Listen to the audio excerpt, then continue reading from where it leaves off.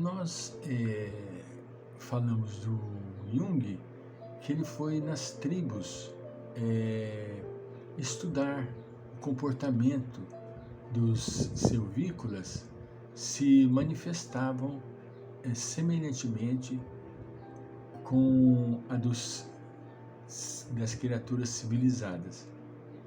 Isto é de uma mente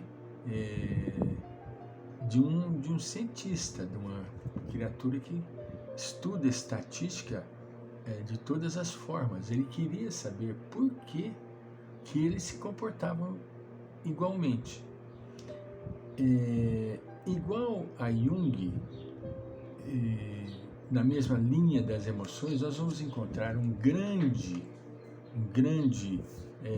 pesquisador, PhD, Paul Ekman, a linguagem das emoções.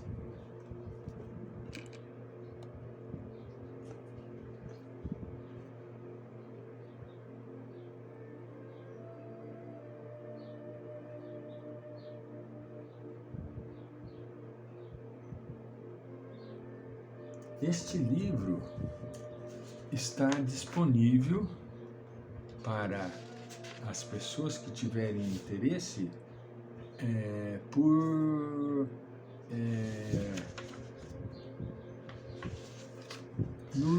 na internet. Nós podemos consegui-lo na internet, entende? E o interessante é que eles utilizam neste livro a presença da sua filha, fazendo as imagens para o estudo.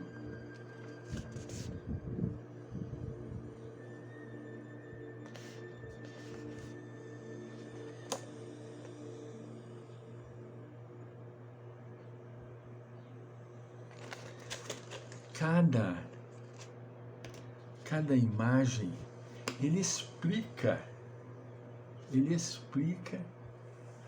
como que está sendo o comportamento emocional daquela imagem.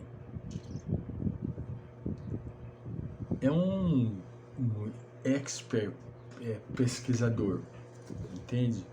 É um expert, né? É PhD,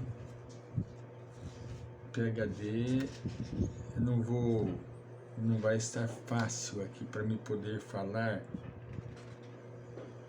a respeito desta criatura maravilhosa.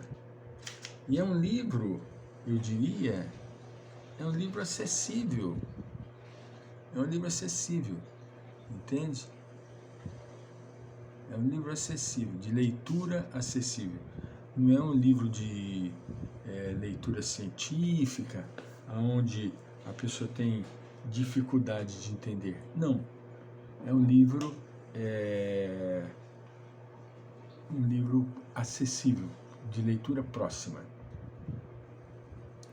Desde há muito tempo, continuou Joana de Ângeles, o pai da doutrina evolucionista, olha que interessante, Charles Darwin, houvera escrito um tratado sobre a fisionomia humana, sugerindo estudos com cegos, de modo a se confirmar a ancestralidade dos caracteres emocionais e suas expressões em indivíduos que jamais tiveram oportunidade de vê-las noutrem. Exatamente o que tem neste livro.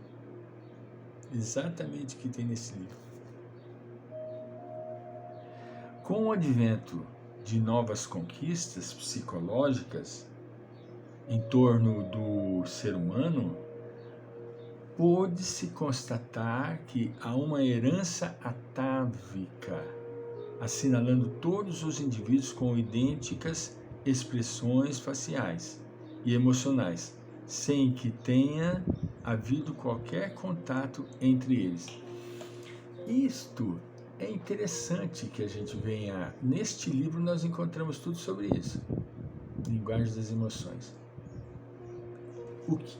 Aqui, como eu manifesto a minha expressão do medo, é a mesma forma que o Carlos, lá na Groenlândia, manifesta a expressão do medo, assim como o Antônio, lá na Inglaterra, manifesta a expressão do medo, a mesma traço fisionômico. Entende? Ela diz, né, indivíduos com idênticas expressões faciais e emocionais, sem que tenha havido qualquer contato entre eles. Nós estamos distantes, em localidades completamente isoladas, e nós manifestamos da mesma forma a expressão facial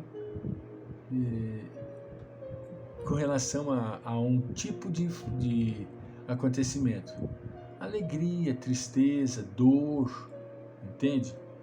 Do ponto de vista espírita, continua Joana, essa herança procede das reencarnações anteriores, que imprimiram no espírito as suas necessidades, mas também as suas realizações, facultando-lhe o avanço progressivo cada vez que uma etapa do processo de crescimento é vencida.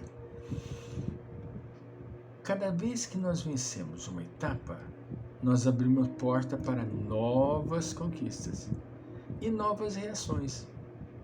Entende? Novas conquistas e novas reações. Então, o que nós precisamos entender?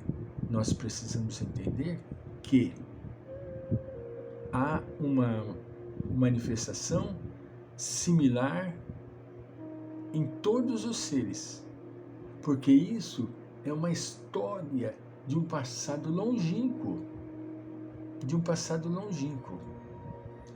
Formatou-se que o riso é manifestado pela alegria, pela emoção feliz, não é? Então, eu sorrio quando estou feliz, aqui em Votuporanga. O Antônio sorri quando está feliz, lá em Campinas. E o José sorri quando está feliz, lá no Rio Grande do Sul. Isso é uma coisa comum. Isso é um traço facial comum. Entende? Que é uma norma, é uma formatação do espírito com relação a determinada sensação, né?